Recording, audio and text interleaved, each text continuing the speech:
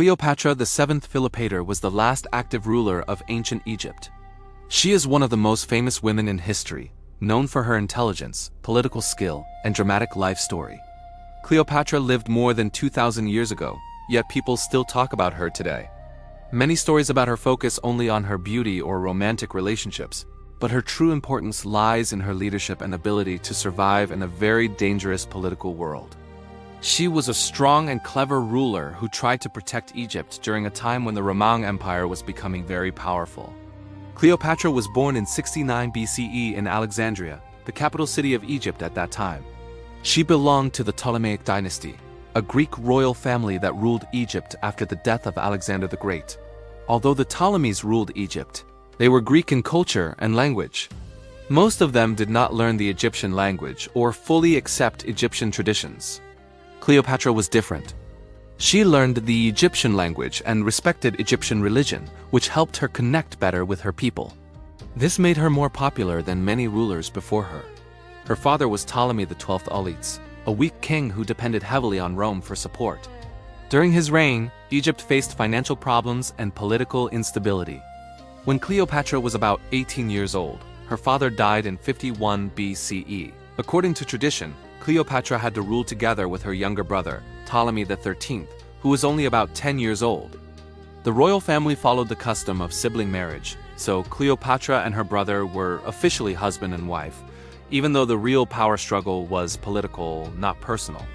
At first, Cleopatra tried to rule as the main leader, but powerful advisors around Ptolemy XIII wanted control.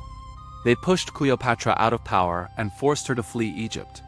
She escaped to Syria, where she gathered an army and planned to take back her throne. Around this time, a Roman civil war was happening between Julius Caesar and Pompey. Egypt became involved when Pompey fled to Egypt after losing to Caesar. Pompey was killed by Egyptian officials who hoped to gain Caesar's favor. When Julius Caesar arrived in Alexandria in 48 BCE, Cleopatra saw an opportunity. She secretly returned to the city and managed to meet Caesar. One famous story says she was rolled into the palace inside a carpet, though this may be a legend. What is certain is that Cleopatra impressed Caesar with her intelligence, confidence, and political skill. Caesar supported her claim to the throne and helped defeat Ptolemy XIII, who later died during the fighting. With Caesar's help, Cleopatra became queen again. She now ruled alongside another younger brother, Ptolemy XIV, but she held the real power. Cleopatra also formed a personal relationship with Julius Caesar, and they became lovers. In 47 BCE, she gave birth to a son named Ptolemy V, commonly called Caesarion, meaning Little Caesar. Cleopatra claimed that Caesar was the child's father, though Caesar never officially confirmed this in Rome. Cleopatra visited Rome and stayed there for some time. She lived in one of Caesar's villas and observed Roman politics closely. Many Romans disliked Cleopatra because they feared her influence over Caesar and did not trust foreign rulers. In 44 BCE, Julius Caesar was assassinated by Roman senators. This event changed everything for Cleopatra. Without Caesar's protection, Rome became unsafe for her, and she returned to Egypt. Back in Egypt, Cleopatra removed her brother Ptolemy XIV from power, likely by poisoning him, and made her son Caesarion her co-ruler. She wanted to secure the throne for her family and show that her son was a true king. However, Egypt was still under threat. Rome was now ruled by powerful men who were fighting each other for control. One of these men was Mark Antony, a skilled general and close ally of Julius Caesar. After Caesar's death, Antony shared power with Octavian, later known as Augustus, and Lepidus. In 41 BCE, Antony summoned Cleopatra to meet him in the city of Tarsus. Cleopatra arrived in great style, dressed as the goddess Isis to make a strong impression. Antony was fascinated by her intelligence, charm, and confidence. Cleopatra and Mark Antony formed both a political alliance and a romantic relationship.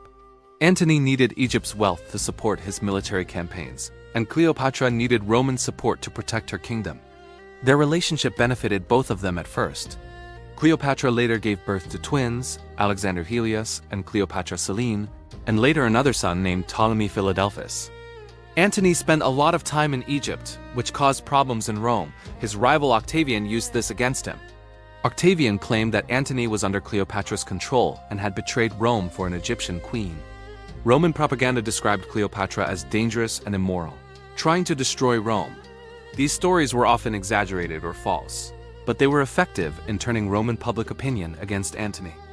In 34 BCE, Antony and Cleopatra held a grand ceremony known as the Donations of Alexandria. Antony gave large territories to Cleopatra and her children, including lands that belonged to Rome. He declared Caesarion the true son of Julius Caesar. This made Octavian very angry because it threatened his own claim to power as Caesar's adopted heir. War between Octavian and Antony became unavoidable.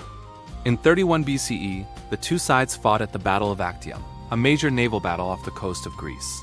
Cleopatra and Antony's fleet faced Octavian's forces, led by the general Agrippa. During the battle, Cleopatra's ships suddenly withdrew. Antony followed her, leaving much of his fleet behind. The reasons for this retreat are still debated, but it led to a major defeat. After losing at Actium, Antony and Cleopatra returned to Egypt, knowing their situation was desperate. Octavian slowly moved closer to Egypt, gathering strength. In 30 BCE, Roman forces invaded Egypt. Antony, believing Cleopatra was dead, took his own life by falling on his sword. Cleopatra was still alive and had been captured by Octavian. Cleopatra knew that Octavian planned to take her to Rome and display her as a prisoner in his victory parade. This would be a great shame for a queen who had ruled Egypt proudly. Cleopatra refused to be humiliated. According to tradition, she ended her life by allowing a venomous snake, often said to be an asp, to bite her. Some historians believe she used poison instead. She died in 30 BCE at the age of 39. After Cleopatra's death, Octavian had her son Caesarion killed, ending the Ptolemaic royal line. Egypt became a Roman province, directly controlled by Rome. Octavian later became Emperor Augustus, the first emperor of Rome. With Cleopatra's death, ancient Egypt lost its independence and became part of the Roman Empire. Cleopatra's legacy is complex and powerful. Roman writers often described her as evil, manipulative, or overly seductive. These stories were influenced by Roman politics and propaganda. In reality, Cleopatra was a highly educated and capable ruler.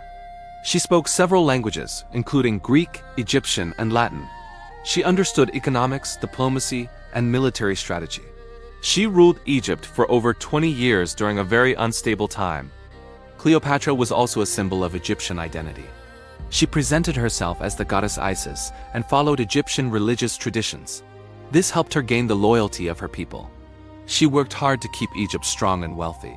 Despite pressure from Rome, her relationships with Caesar and Antony were not only romantic but also political, choices meant to protect her kingdom. Today, Cleopatra is remembered in books, movies, and art. She is often shown as a beautiful and mysterious queen, but this image only tells part of her story. More importantly, she was a strong female leader in a male-dominated world. She used her intelligence and courage to rule one of the richest lands of the ancient world until the very end. In conclusion, Cleopatra VII was the last queen of ancient Egypt and one of history's most remarkable leaders. Her life was filled with danger, ambition, love, and tragedy. She lived at a time when empires were rising and old kingdoms were falling. Although she could not stop Rome from taking Egypt, her efforts show her determination to protect her people and her throne. Cleopatra's story is not just about romance or beauty, but about power, survival, and leadership that continues to inspire people even today.